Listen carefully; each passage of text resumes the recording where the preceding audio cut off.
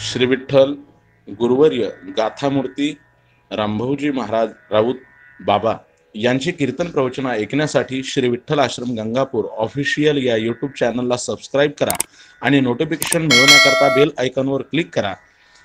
कीर्तन प्रवचनाला share, comment, like करायला नक्की विसरू नका. श्री विठ्ठल. हरी विठ्ठल. श्री ज्ञानदेव श्रीमंत श्री जगद्गुरु तुकाराम महाराज की जय. मागील ते अटी येणे घडे सांग, सुतविले अंग एका सूत्रे. पाही पाहुणे रते सोहळ्या पुरते, तेथोनी आरते उपचारते. आवश्यक तेथे आगळा आदर, चाली थोडे फार संपादते. तुका म्हणे ऋण फिटे एक वेळ घडी, अलभ्यते जोडी हाता आल्या. पाही पाहुणे रते सोहळ्या पुरते, तेथोनी आरते उपचारते. श्रीमंत श्री जगद्गुरु तुकोबाराय या अभंगातून साधकांना अत्यंत महत्वाचा अशा प्रकारचा उपदेश करतात. अभंग बरोबर पाहिलं तर एकदम साधारण अशा प्रकारचा वाटतो. अभंगाचं विशेषत्व हेच आहे महाराज. त्या अभंगाच्या मध्ये घुसल्यानंतर त्या अभंगाचं वास्तविक रूप थोडंसं कळायला लागतं. बरोबर शब्द साधे आहेत, म्हणणे अशा प्रकारचे आहेत. गोड अभंग हा साधकीय जीवन जगणाऱ्या करता. तुकोबाराय म्हणतात, मागील ते अटी येणे सांग घडे, सुतविले अंग एका सूत्रे. एका सूत्रे अंग सुतविले, येणे मागील ते अटी सांग घडे. आजपर्यंत अनेक जन्मामध्ये तुझी साधना केलेली आहे. हे तर तितकंच खरं आहे की या क्षेत्रामध्ये पी हळदन हू गोरी असं तर जमतच नाही. उतावेळ माणसाचं कामच नाही इकडं. धीरतो कारण साह्य होतो नारायण. धैर्य असावं लागतं. आणि ते महिन्यापुरतं वर्षापुरतं नाही महाराज, जन्मच्या जन्म साधनेमध्ये घालावे लागतात. बहुनाम जन्मना म्हणते नाही का, नामदेवराय सारख्यांना असं म्हणावं लागलं. काय जन्मोजन्मी आम्ही बहु केले, बहु पुण्य केले. जन्मोजन्मी अनेक जन्मामध्ये, प्रत्येक जन्मामध्ये ज्या ज्या वेळेला मानव जन्म आम्हाला मिळाला त्या त्या प्रत्येक मानव जन्मामध्ये आजपर्यंत आम्ही खूप खूप खूप अशा प्रकारचं पुण्य केलं. पुण्य करावं लागतं आणि ते खूप पुण्य करावं लागतं. तिळे तिळे पुण्य साचा पडे, तरी हे बहुता जन्मी जोडे. नाम तुझे वाचेसिया तुडे, समागम घडे सांगतात. तुकोबाराय म्हणतात, बहुजन्मी केला लाग. तो हा भाग लादलो. अनेक जन्मामध्ये लागपाठ आम्ही केलेला आहे. त्यामुळं आपण एवढ्या दिवसापासून हे करतोय आणि मग अजून कसा देव प्राप्त होत नाही, अशा प्रकारचं उतावीळ नाही बनायचं.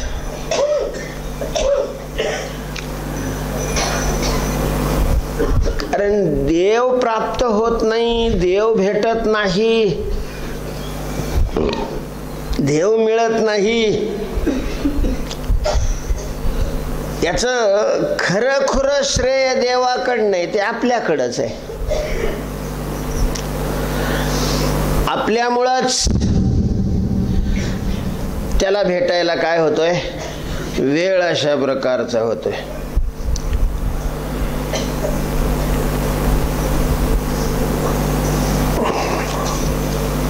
तशाकरता जी साधना करावी लागते, ती साधना अनेक जन्मामध्ये करावी लागते, खूप जन्मामध्ये करावी लागते, करत राहावी लागते. अर्थात आपण इथपर्यंत आलोय म्हणजे आपण मागच्या अनेक जन्मामध्ये इथपर्यंत येण्याला जे पुण्य लागतं ते पुण्य संपादन केलेलं आहे.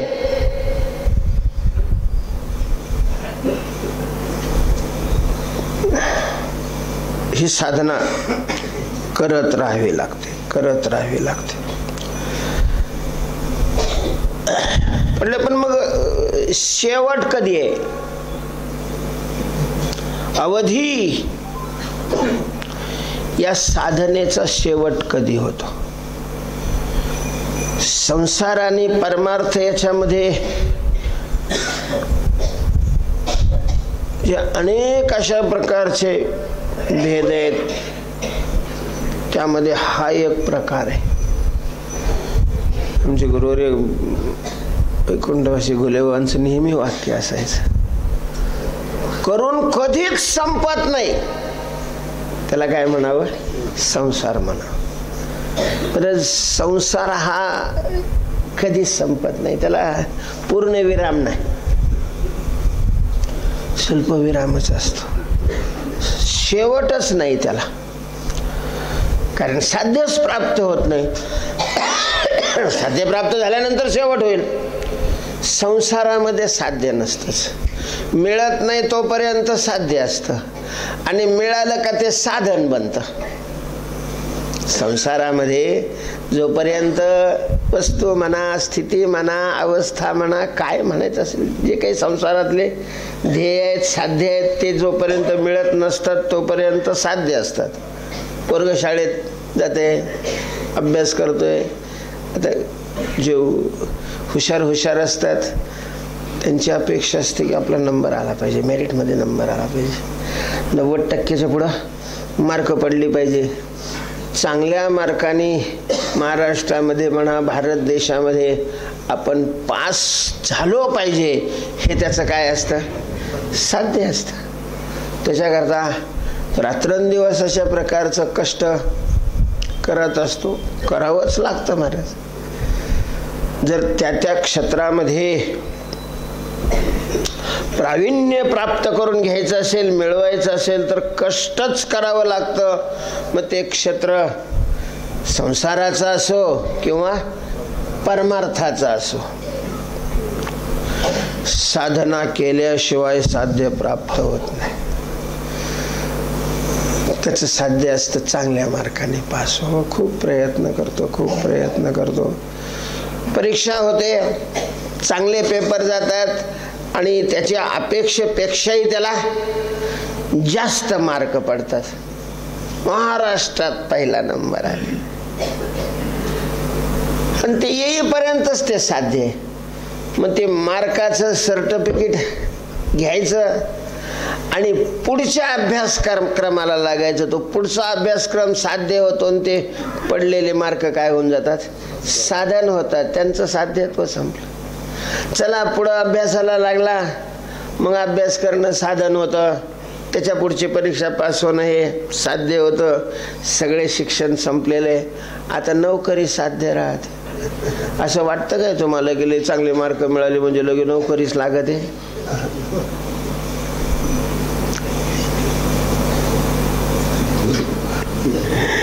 शेवट प्रारब्धाला शरण जावंच लागतं. इकडं जाय, तिकडं जाय, इकडं अर्ज कर, तिकडं अर्ज कर, अमकं कर, तमकं कर. इकडं इतके पैसे द्यावे लागतात, तिकडं तितके पैसे द्यावे लागतात.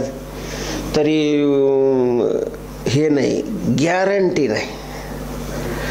म्हणजे नोकरी लागणं साध्य होतं आणि ती मार्क मिळणं काय होतं, साधन होतं. चला लागली नोकरी, आता तरी साध्य प्राप्त नाही, मग नोकरी साधन होतं आणि पगार साध्य होतो.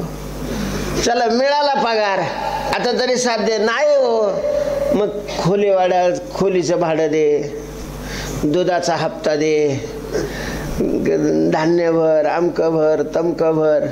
अर्थात पैसे साधन होतात आणि हे सगळं साध्य अशा प्रकारचं होतं.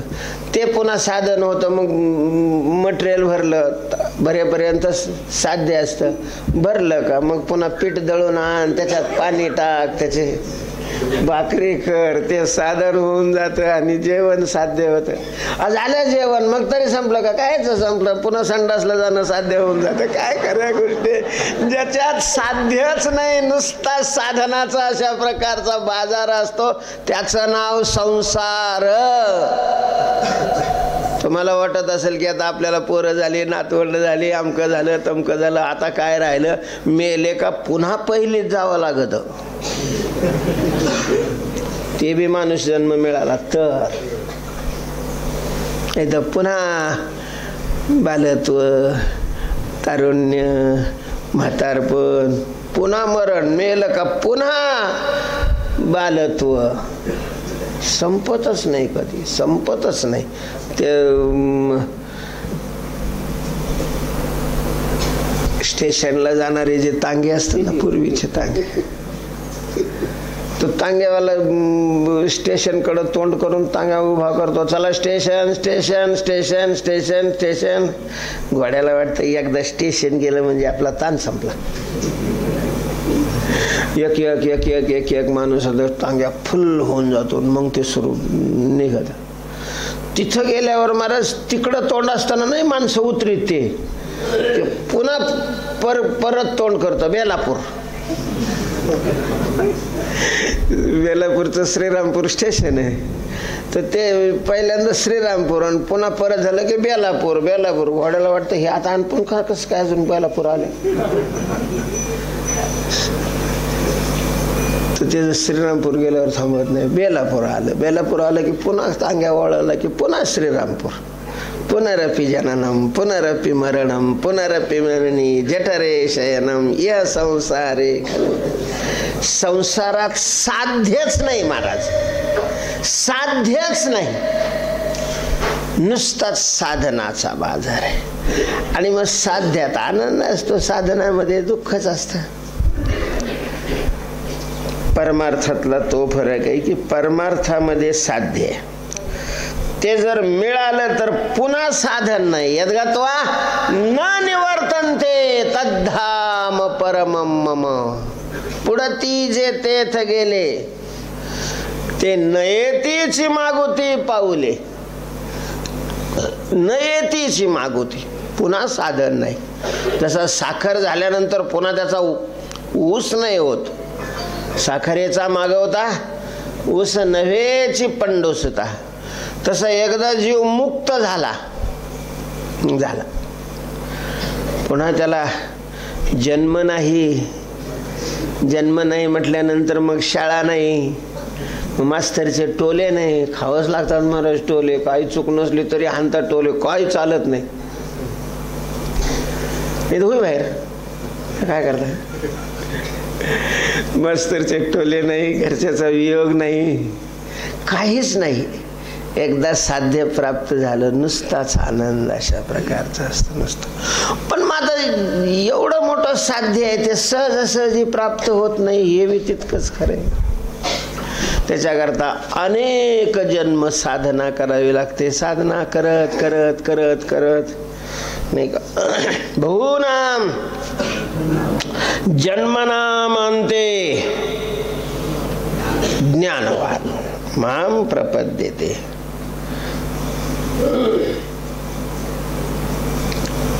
तुकोबाराय म्हणतात असे मागच्या अनेक जन्मामध्ये ज्या साधना केलेल्या आहेत त्या साधनेला खऱ्या प्रकारचं फल जर कधी मिळत असेल, त्या सांग कधी होत असतील, तर ते हे साध्य प्राप्त झाल्यानंतर. कोणतं साध्य? एका सूत्रे अंग सुतविले. अंग एका सूत्रे सुतविले. परमात्मा आणि जीवात्मा आपण आणि देव हे एका सूत्राने बांधले गेले. म्हणजे त्यांचं काय झालं, ऐक्य अशा प्रकारचं झालं. ऐक्य वेदांताचा हा सिद्धांत आहे. ऋषीमुनींनीही त्याला पूर्णपणे अशा प्रकारचं मान्य केलेलं आहे. आणि तो सिद्धांत एका सूत्रे अंग सुतविले. तुका म्हणे मग नये वृत्तीवरी सुखाचे शेजारी पहुडलिया. सुखाचे शेजारी, सुखाच्या शय्येवर, शेजेवर, पलंगावर झोपल्यानंतर मग वृत्ती वरी नाही. सुखाचे शेजारी म्हणजे सुख असं पुढच्या बाजूला झोपलं आणि त्याच्या मागच्या जाऊला जाऊन हा झोपलेला असा शेजारी त्याचा अर्थ नाही घ्यायचा. शेजारी म्हणजे शेजेवरी, शय्येवर, सुखाच्या शय्येवर झोपल्यानंतर. तसं सुख शब्दाचा अर्थ आहे परमात्मा. सुख हे त्याचं स्वरूप आहे. यो वै भूमा तत्सुखम नाल्पे सुखम अस्ति. जो भूमा आहे, व्यापक आहे, परिपूर्ण आहे, तो सुख स्वरूप आहे. आणि असा व्यापक परिपूर्ण परमात्मा आहे, देव आहे, पांडुरंग आहे, विठ्ठल आहे. तो सर्व ठिकाणी विठ्ठल जळी स्थळी भरला, करिता ठाव नाही उरला. अजिमे दृष्टीने पाहिला विठ्ठल विस्तारला जणी, सप्तही पाताळे भरुणी. विठ्ठल व्यापक त्रिभुवनी, विठ्ठल मुनी मानसी. विठ्ठलाच्या भक्तांनी विठ्ठलाला केवळ मंदिरामध्ये विटेवर मानू नये. केवळ विटेवर मानणारे हे एकदेशी आहेत आणि अनेक दोष त्यांच्याकडून घडू शकतात. काय केलो एकदेशी, गुणदोषी संपन्न. अर्थात मंदिरात विटेवर असणाऱ्या परमात्म्याच्या चरणावर डोकं ठेवायचं दररोज, पण तो तिथंच आहे असं नाही मानायचं. त्याला मानत असताना विठ्ठल विस्तारला जनी, सप्तही पाताळे भरुणी. विष्णुमय जग वैष्णवांचा धर्म.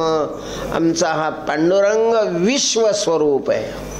ज्ञानोबरेंनी पांडुरंगाला जे पाहिलं ते कसं पाहिलं, शेवटचं पाहिलं. पहिल्यांदा पाहिलं ते वेगळं पाहिलं, पण नंतरचं शेवटचं. अनंत रूपे अनंत वेशे देखिले म्या त्याशी. महाराज वास्तव दर्शन, खरं दर्शन ते आहे की आपल्याला कणामध्ये नव्हे कण कण परमात्मा दिसला पाहिजे, पांडुरंग दिसला पाहिजे. जेथे जेथे देखे तुझीच पाऊले, त्रिभुवन संचले विठ्ठलागा. हे भगवंताचं वास्तव दर्शन आहे आणि हे दर्शन झाल्यावरच मुक्ती मिळणार आहे.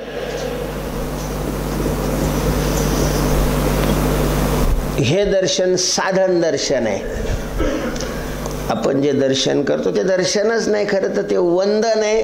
आपण त्याला नाव काय दिलेलं आहे, दर्शन. साधू संतांना त्याच्यातच दर्शन झालं म्हणून त्यांनी त्याला दर्शन नाव दिलं. आणि आपण ते तसाच प्रघात पडलेला आहे. कुठे गेले होते, देवाच्या दर्शनाला दर्शन करून आलो आणि पुन्हा संसारात मरायला लागलेलं आहे. असं होतच नसतं कधी महाराज. ज्याला देवाचं दर्शन झालेलं आहे तस्मिन दृष्टे परावरे, त्याचे भिद्यते हृदय ग्रंथी, छिद्यन्ते सर्व संशयाः, क्षीयन्ते चास्य कर्माणि, तस्मिन् दृष्टे परावरे. त्या परमात्म्याचं दर्शन झालं असता हे फायदे, हे लाभ होत असतात. आणि मग हे लाभ होत असले तर दर्शन झालं, तोपर्यंत दर्शन नाही आहे. मग तोपर्यंत दर्शन नाही, वंदन आहे. वंदन हा एक भक्तीतला काय आहे, प्रकार आहे. कीर्तनम दास्यम वंदनम दास्यम सख्यम. तर श्रवणम कीर्तनम वंदनम, तर देवाच्या चरणावर डोकं ठेवणं, साष्टांग दंडवत घालणं, प्रदक्षिणा करणं हा भक्तीतला प्रकार आहे. वंदन आहे, दर्शन हा भक्तीतला नाही, तो साध्यातला प्रकार आहे, ज्ञानातला प्रकार अशा प्रकारचा आहे. दृश्य पश्यती, त्याचं वास्तव स्वरूप कळणं त्याला दर्शन म्हणतात. तर अशा प्रकारचं दर्शन म्हणजेच वेदांताच्या सरणीप्रमाणे तद्रूपता, तदैक्यता, तेव्हा सुतविले अंग एका सूत्रे, एका सूत्रे अंग सुतविले, एका दोरीमध्ये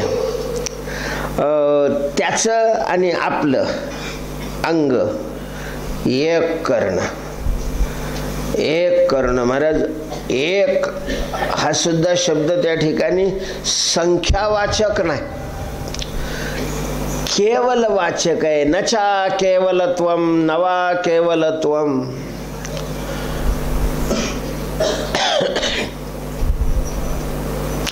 तर अशा प्रकारची स्थिती, असं साध्य या भूमिकेवर ज्या वेळेला साधक जातो त्यावेळेला मग त्यांनी मागचे जे सायास केले, कष्ट केले, साधनं केली, उपास तापास केले, तीर्थयात्रा केल्या,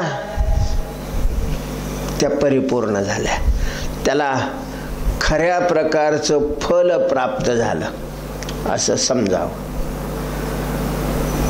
मागील ते आटी येणे घडे सांग, जे मागील आटी ते येणे सांग घडे. मागचे जे प्रयत्न आहेत ते ही स्थिती प्राप्त झाल्यानंतर परिपूर्ण होतात. कोणती स्थिती? सुतविले अंग एका सूत्रे, एका सूत्रे अंग सुतविले. देव आणि आपण, जीवात्मा आणि परमात्मा, परमात्मा आणि जीवात्मा हे वेगळे न राहणं, एक अशा प्रकारचं होणं, यांचं ऐक्य होणं. खरं माझं विचारलं कोणतरी, कोण हो तुम्ही?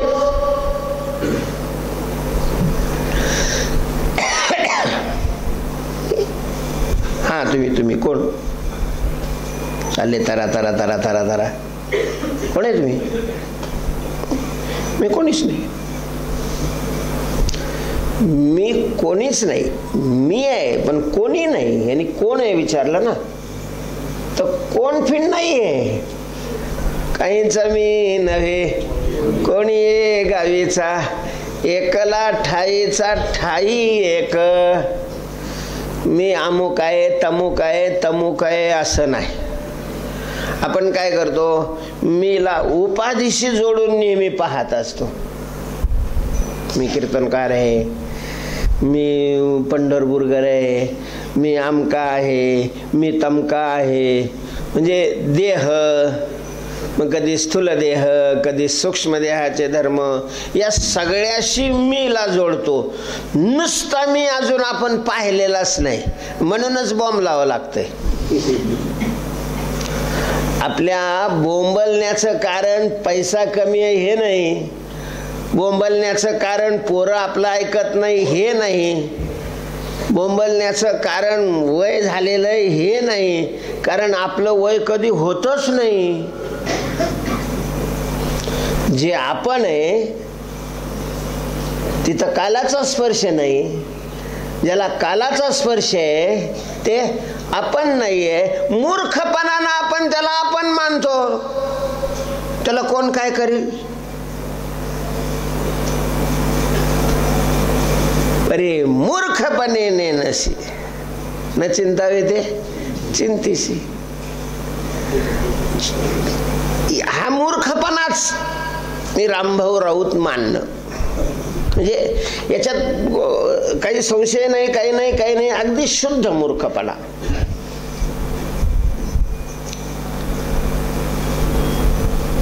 त्या मीला ह्या राऊत पासून बाजूला काढणं, त्याच्याकरता या सगळ्या साधना कराव्या लागतात.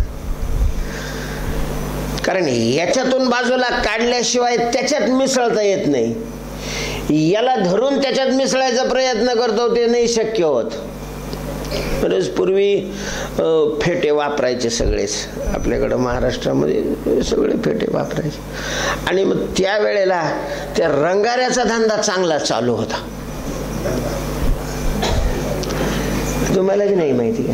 अरे अरे अरे अरे अरे अरे अरे अरे त्याला थोडंसं म्हाताऱ्याला विचारा तुम्ही, तुमच्या म्हाताऱ्याला माहिती असं. तर ते 8 दिवसाला 15 दिवसाला प्रत्येक गावामध्ये ते जायचेच. वेशी समोर म्हणा किंवा मंदिर असेल तर ते मंदिरासमोर त्यांचं ते सुरू व्हायचं. मोठी कढई, लोकांनी फेटे आणून टाकायचे. ते फेटे लिहून घ्यायचे, कोणता कलर पाहिजे? पिवळा. पिवळा पहिला हिरवा असला तर पिवळा द्यायचा, कोणाला पिवळा असला तर हिरवा नाही, आम्हाला हिरव्याला हिरवाच पाहिजे, अमकं पाहिजे, तमकं पाहिजे.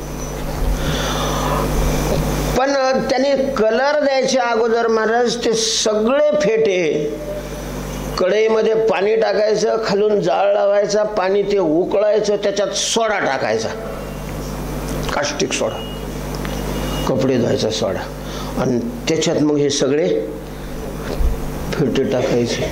तर त्या फेट्याचा जो पहिला रंग आहे तो पूर्ण निघून जायचा आणि सगळेच्या सगळे ते फेटे पांढरे व्हायचे. पांढरा फेटा जोपर्यंत होत नाही तोपर्यंत त्याला दुसऱ्या रंगात तो घालीत नाही. पहिला रंग असा पूर्ण गेला पाहिजे. आता ते नसलं समज गाड्याचं लक्षात येतं ना, गाड्याला ज्या वेळेला कलर द्यायला पाठवलं जातं, कलर महाराज त्याला काही 2-3 तासात दिला जातो गाडीला. मग 8-8, 15-15 दिवस लागतात ते पहिला कलर काढायला. पहिला कलर सगळा घासून काढावा लागतो, काहीच राव द्यावं नाही लागत.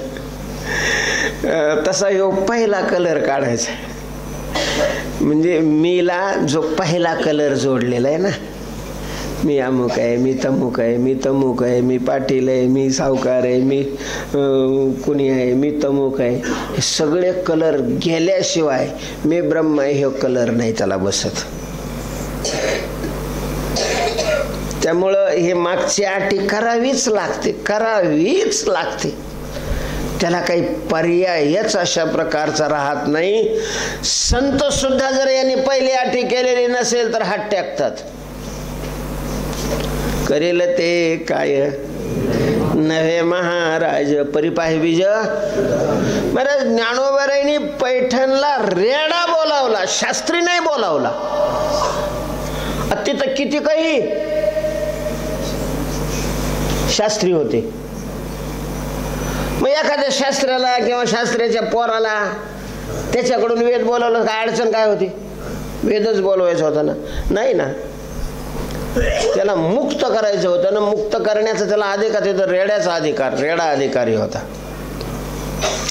परिपाहे बीज शुद्ध अंगी, आणि बीज जर शुद्ध नसेल तैसे चित्त शुद्ध नाही. तेथे बोध करेल काही, तिथं काय करणार आहे बोध? माझा न होती लेकुरे काय करावे व्रतारे, नपुसका पुरुषाशी काय करेल बाईला त्याशी. तो का म्हणे जीवने वेन पीक नव्हे नव्हे जाण, तैसे चित्त शुद्ध नाही तेथे बोध करेल काही. तेव्हा मागचे प्रयत्न हे करावेच लागतात. पण ते प्रयत्न परिपूर्ण त्यावेळेला होतात ज्या वेळेला जीव आणि परमात्मा हा एका सूत्रामध्ये, म्हणजेच त्यांचा ऐक्य अशा प्रकार. जसा परमात्मा सच्चिदानंद आहे तसा जीवही सच्चिदानंद स्वरूप केवळ राहावा लागतो. आणि मग सच्चिदानंद स्वरूप राहिला की मग त्याचं परमात्म्याशी ऐक्य पहिलं आहेच आहे, जाणून घ्यायचंय फक्त. अर्थात हे सगळं होण्याकरता, हे सगळं घडण्याकरता पाही पाहुणेर ते सोहळ्यापुरते. साधकांनी कशाला महत्व द्यावं आणि कशाला महत्व देऊ नये, काय घोडा अभंग आहे तुकोबारायांचा. घोडा अभंग आहे. साधक काही सगळेच संन्यासी असतील असं नाही. आता संन्यासी बी असले तरी माणसात राहायचं असेल तर त्याला काही सामुदायिक जबाबदारी ज्याला म्हणतात त्या जबाबदाऱ्या पार पाडाव्या लागतात. संसारी मनुष्य असेल तर मग पोरीला पाहायला आले पाहुणे, अमकं झालं तमकं झालं, अधिक महिना आला, लग्न झालं असतं पहिल्यांदा ती येतच राहते, याचा खोटा उपटून जातच राहते. हे सगळं आता हे सगळं चालूच आहे की. तुकोबाराय म्हणतात हे तेवढ्यापुरतं आहे, तेवढ्या सोहळ्यापुरतं आहे. याला फार महत्व नाही द्यायचं. ठीक आहे, आले आले, गेले गेले, नाराज झाला तर नाराज झाला. तेवढे चेतकुरार्धी भाकरी वाचल, कोणाच्या कामात एवढं काय होत तरी. पाहुणा नाराज झाला तर काय बिघडतंय, काय मोठं नुकसान होणार आहे. उगा फाजील महत्व दिलेलं आहे लोकांनी. पाहुणा नाराज झाला तर नाराज झाला. आपण नाही नाराज करावा. तो जर होत असेल तर त्याचा बाप आहे का होत नाही अजून त्याच्या बरोबर. इथं नसला तर तिथं झाला तरी चालेल. बा पोरग नाराज झालंय आपलं, आपण मी नाराज झालं तर नाराज. तुकाराम महाराज आहे. तुकाराम महाराज परमार्थाच्या क्षेत्रातले, परमार्थाच्या क्षेत्रातून ते बोलतात. संसारामध्ये लय जपावं लागतं महाराज. जर संसारातलंच व्यवस्थित करायचं नाही, सगळं स्वतःचं वाटोळं करून घ्यावं लागतं. त्याचंच नाव संसार आहे. ज्याच्यामध्ये शुद्ध स्वतःचं वाटोळं आहे त्याचं नाव संसार आहे. संसारात जरी असलं तरी माणसाने पारमार्थिक बनावं. संसार करून परमार्थाचं साध्य अशा प्रकारचं प्रयत्न प्राप्त करून घ्यावं. आणि असं ज्यांनी ठरवलेलं आहे त्यांनी याला फार नाही महत्व द्यावं. कारण हे सगळे आरुते उपचार परमार्थाच्या साध्याच्या दृष्टीनं, परमात्म्याच्या दृष्टीनं, पांडुरंगाच्या दृष्टीनं, हे पाहुणान पाहुणीन, हे मेवनान, हे पोरण, हे पुरीन, हे आमकन, हे तमकं काय महत्व नाही. तोचे हे क्षुल्लके सखी सहोदरे, नाही विश्वंभरे ओळखितो, नारायण विश्वंभर विश्वपिता, प्रमाण तो होता सकळ मिथ्या. कोजागिरी पौर्णिमेला आता याला वाटलं आपल्याला गोकुळ सोडायचंय, जायचंय. ज्याने आपल्यावर खूप प्रेम केलेलं आहे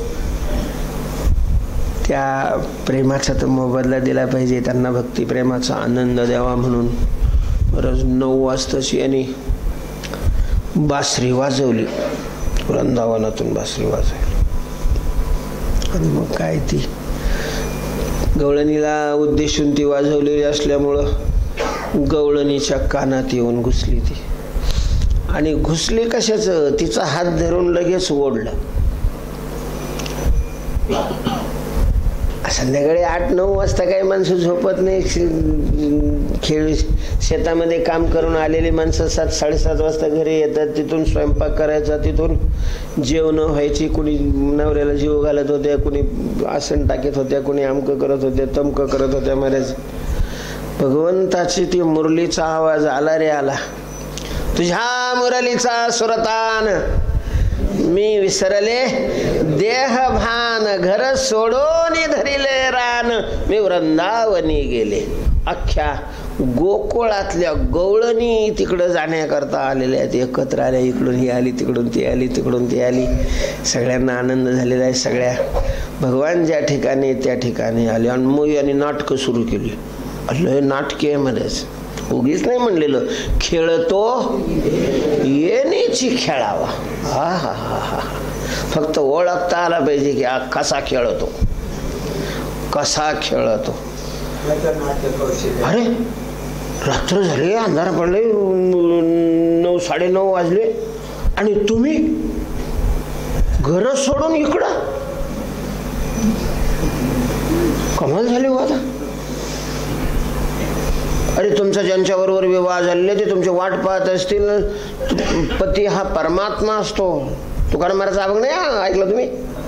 स्वामी काज गुरु भक्ती पितृवचन सेवा पती हेच विष्णूची महापूजा. एवढ्या रात्री तुम्ही इकडं आल्या कशी काय? ठीक आहे, चुकीनं आल्या असाल तर तुम्ही लगेच परत जा परत. आता त्याही महाराज काही एवढ्या काही लय काच्या कुच्या नव्हत्या. त्यांनी याला चांगलं ओळखलेलं होतं, चांगलं जाणलेलं होतं, नेहमीच्या प्रत्येक जन्मातला सहवास होता ना. तो म्हणे, ओय देवा, आम्हाला जा म्हणतोस, पतीची सेवा करायला जा म्हणतोस, सांग बरं पती कोण आहे, पतीचं लक्षण काय आहे, आणि ते लक्षण कोणाच्या ठिकाणी बसतं. कारण इथं तर असं आहे, नाही प्रतिज्ञा मात्रेण वस्तुसिद्धी किंतु लक्षण प्रमाणाभ्याम. कालच बुवानी सांगितलं, आम्ही कीर्तनाला गेलो होतो. काय आहे पतीचं लक्षण? एक गवळण म्हटली, कृष्णा ते जाऊ दे, मी तुला एक गोष्ट सांगते. सगळे मग गोष्ट सांगतेस? हा गोष्ट सांगते, गोष्ट सांगते. एक पतिव्रता माऊली होती. कुठलाही भोग पतीला अगोदर अर्पण करायची, मग त्याचा स्वीकार करायची. बरं, तिच्या पतीला 2 महिन्याकरता बाहेरगावी जायचं. ती म्हणे, अहो तुम्हाला अर्पण केल्याशिवाय तर मी कुठला भोग स्वीकारत नाही, आणि तुम्ही बाहेर गावी गेल्यानंतर माझं काय व्हायचं? असं करा ना, मला मूठ माती द्या आणि मग जा बाबा तुम्ही. मी कसं काय राहणार तुमच्याशिवाय इथं? श्रीमंत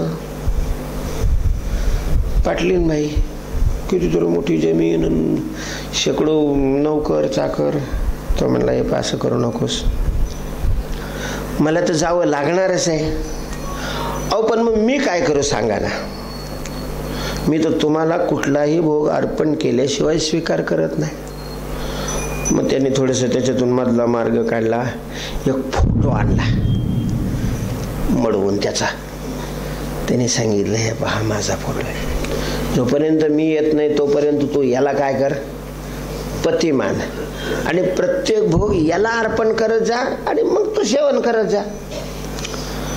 मग तिनं ते मान्य केलं. सगळे भोग त्याला अर्पण करायची, मग सेवन करायची. 2 महिने झाले, याचं काम आटोपलं. तो परत आला. कोण सांगत आहे ही गोष्ट? गवळण सांगते. कोणाला? कृष्णाला. आणि हिनं नेमकं स्नान झालेलं, पूजेला बसली. आता तिची कमीत कमी तासभर तरी पूजा चालायची. ह्याला आदल्या दिवशी संध्याकाळी खायला मिळालं नव्हतं, बायको आपली वाट पाहत असेल म्हणून रात्रभर चालत आलं. ते नेमकं सकाळी ही पूजेला बसली, ते दरवाज्यात आलं. रात्रभर चाललेलं, पोटात आग पडलेली आहे, कधी खाईन असं झालेलं आहे. त्यांनी कडी वाजवली. ए अरे दार उघड. हे म्हणे, पतीची पूजा चालू आहे, पती परमेश्वर आहे, हेची विष्णूची महापूजा असं तुकाराम महाराज म्हणतात. आणि पतीची पूजा सोडून मी कशी काय दार उघडणार? थांबाओ, त्यांची पूजा चालू आहे, ती पूजा संपल्याशिवाय मी नाही दार उघडणार. तो म्हणला, आता कोणचा ते? मीच आहे ना. देवा तुम्ही सांगा, तिनं त्याची करावी पूजा का ह्याची पूजा करण्याकरता दार उघडून आत घ्यावं? तुम्ही सांगा देवा. म्हणजे खरा पती कोण आहे? त्यो का ह्यो? हे काही विचारायचं झालं? इथं लहान पोरगं सांगेल. नाही, ते लहान पोरगं सांगेल हे मला कळत आहे, तुम्ही सांगा ना. कारण तुम्ही म्हणजे जगद्गुरु, कृष्णम वंदे जगद्गुरु आहात ना आपण. तुम्ही सांगा ना, खरा पती कोण आहे? काय करावं तिनं? तो ती फोटो फेकून द्यावा आणि खरा पती आलेला आहे म्हणून दरवाजा उघडून त्याची सेवा करावी. मग आम्ही काय करतोय? जोपर्यंत तुझी प्राप्ती झालेली नव्हती तोपर्यंत तो पती मानला होता, तुझा प्रतिनिधी म्हणून. आता तुझी साक्षात भेट झालेली आहे, आता चहात टाकायची पत्ती. आता कशाचा आलाय पतीन फिती? कारण भगवंताच्या सेवेची जी पातळी आहे, जी मर्यादा आहे, जी उंची आहे, त्या उंचीपेक्षा व्यवहाराची कितीतरी नीच अशा प्रकारची उंची असते. आता ज्या वेळेला आपलीच उंची तेवढी वाढलेली नसते, त्यावेळेला तीच उंची लय वाटते.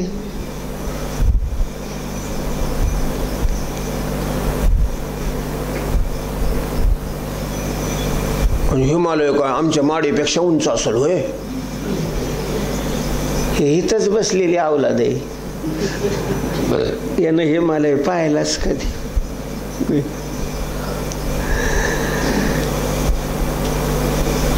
तेव्हा तुकोबाराय म्हणतात की तेथोनी आरते उपचारते. बाकीचे जे पाहुण्या रावळ्याचे उपचार आहेत हे भगवंताच्या उपचारापेक्षा अत्यंत निकृष्ट आहेत, खालच्या दर्जाचे आहेत, तेवढ्या पुरते आहेत. शहाणा साधक तो आहे की त्यांनी आवश्यक तेथे आगळा आदर, चाली थोडे फार संपादते, आवश्यक तेथे आदर आगळा. ज्या ठिकाणी आवश्यकता आहे, ज्या ठिकाणी प्राधान्य आहे, ज्या ठिकाणी महत्व आहे, हे माणसाला कळालंच पाहिजे आणि त्यातली त्यात परमार्थ करणाऱ्याला कळालं पाहिजे. प्रधान काय आणि गौण काय, प्रधान काय आणि गौण काय, महत्व कशाला द्यावं आणि दुर्लक्ष कशाकडे करावं. लय मूर्ख आहे महाराज परमार्थ करणारे बी. ज्याला प्राधान्य द्यायला पाहिजे त्याला गौणत्व देतात, आणि जे गौणच असतं मुळात ते डोक्यावर घेऊन नाचत राहतात. हरामखोर हे टोले खायच्याच लायकीचे, परमार्थाच्या लायकीचे नाही. प्राधान्य कशाला असावं आणि गौणत्व आपल्या साधनेमध्ये दिंडी असेल, सप्ताह असेल, कीर्तन असेल, प्रवचन असेल, ज्या ज्या परमार्थाची साधनं म्हणून ज्या ज्या आपण क्रिया करतो त्या क्रिया करत असताना सुद्धा प्राधान्य कशाला द्यावं.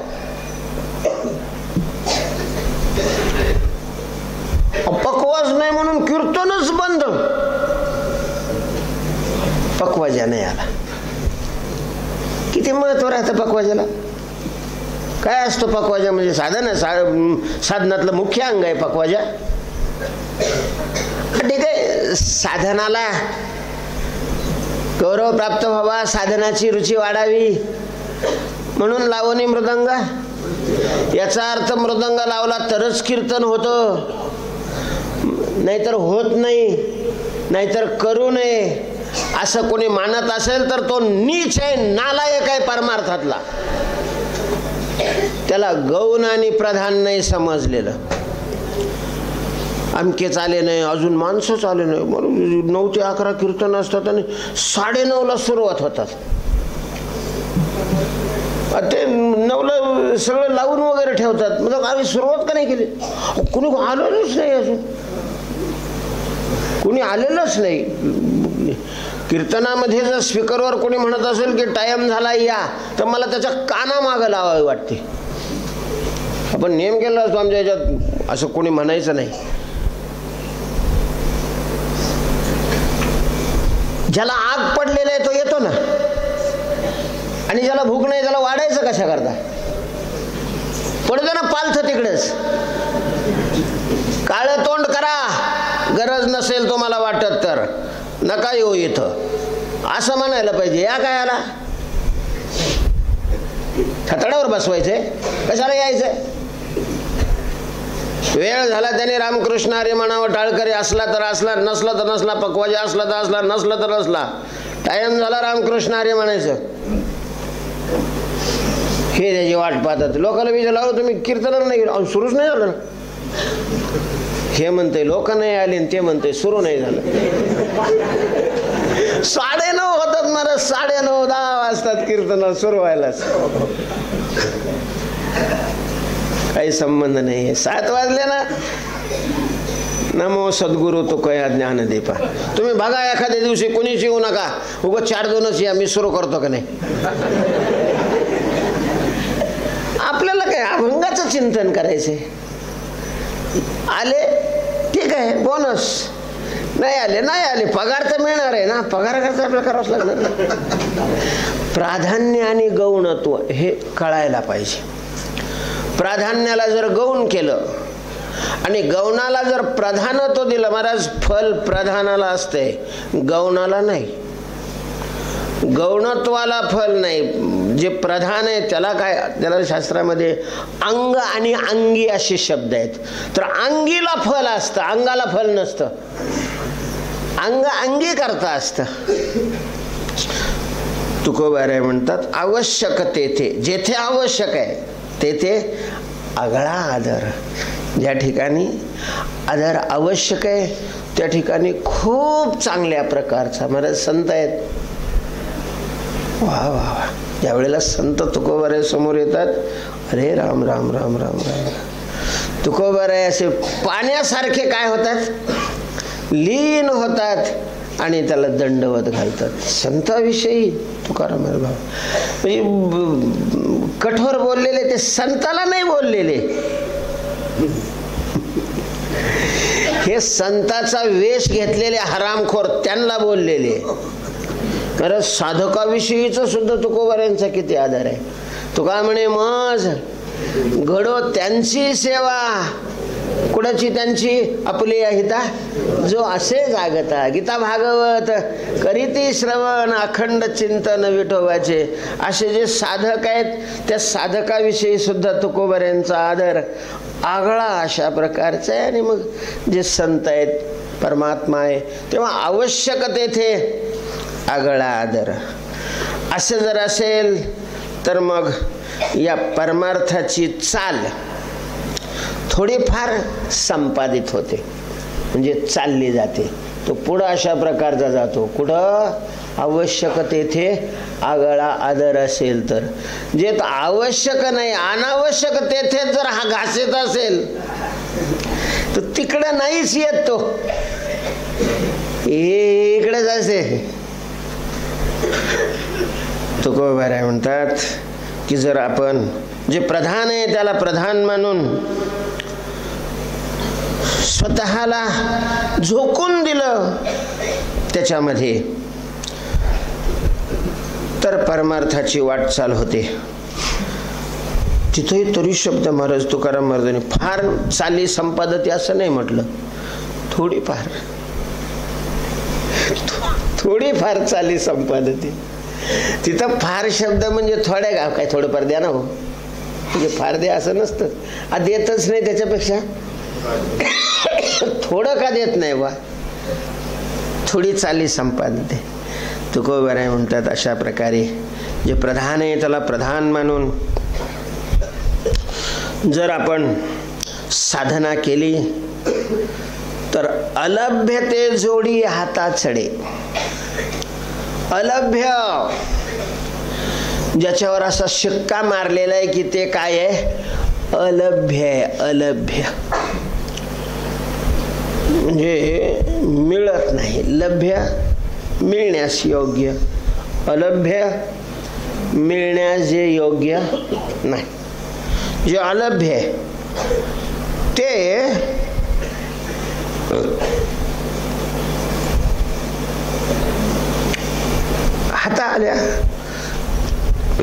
हातात प्राप्त येतं. अलभ्य हातात कसं काय येत, व्याघात नाही हा तुकोबाराय. अलभ्य म्हणायचं आणि हातात येतं म्हणायचं, असे बरेच व्याघात दिसतात मला वरून वरून.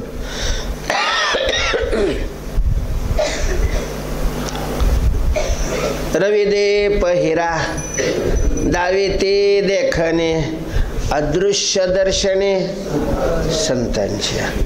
संतांच्याकडून जे अदृश्य आहे त्याचं काय होतं?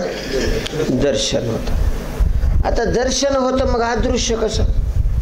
आणि जर अदृश्य आहे तर दर्शन कसं काय होतं? कोणाकडून का होत नाही ते? जर अदृश्य आहे तर दर्शन होईल कसं? आणि जर दर्शन होत असेल तर अदृश्य कसं? अदृश्य दर्शन हे संतांची फार मोठी शंका आहे. भाग्य आहे कीर्तनकाराचं आमचं, महाराज लोक विचारित नाही असलं काही. त्याच्यामुळं कुणी कीर्तनकार होते आणि कोणचा अभंग कीर्तनाला घेते.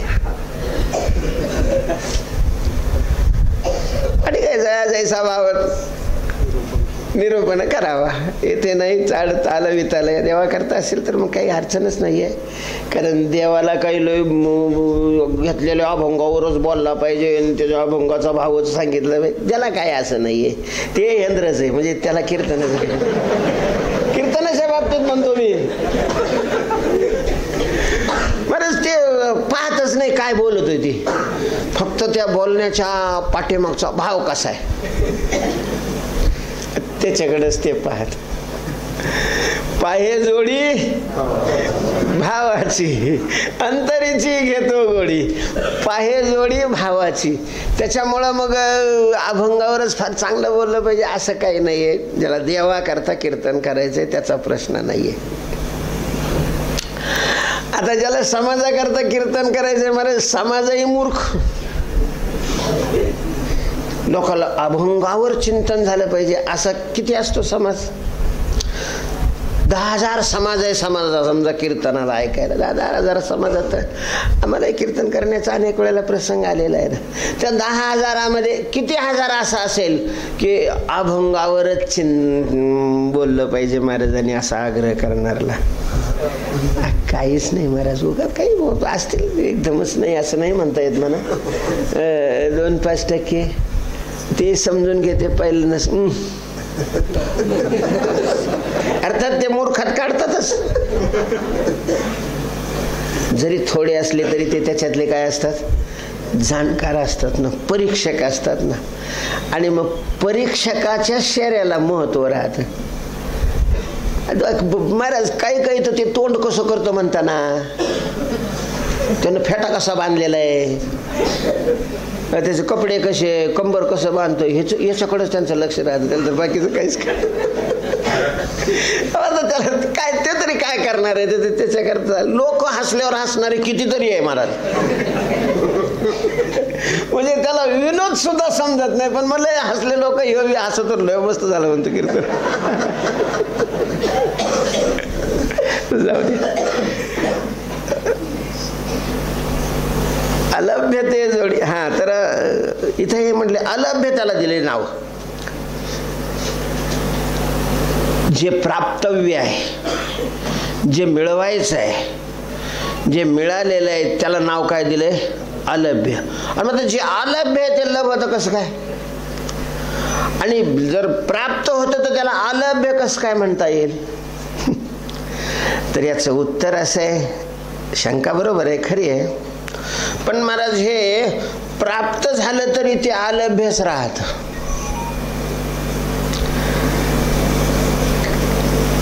कारण प्राप्त होणं कशाला म्हणतात? प्राप्त करून घेणारा वेगळा आहे, जे प्राप्त होतंय ते वेगळं आहे. आणि ते याच्या हातात येणं याला काय होत आहे? प्राप्त होणं म्हणतात. बरोबर आहे की नाही? ही त्रिपुटी आहे ना. इथं ती त्रिपुटी नाही राहत. इथं साधन करणारा जो आहे, ज्याला ते मिळवायचं आहे तो, आणि जे मिळवायचंय ते एका सूत्रे सुतविले अंग एका सूत्रे ती जातात. त्याच्यामुळं हे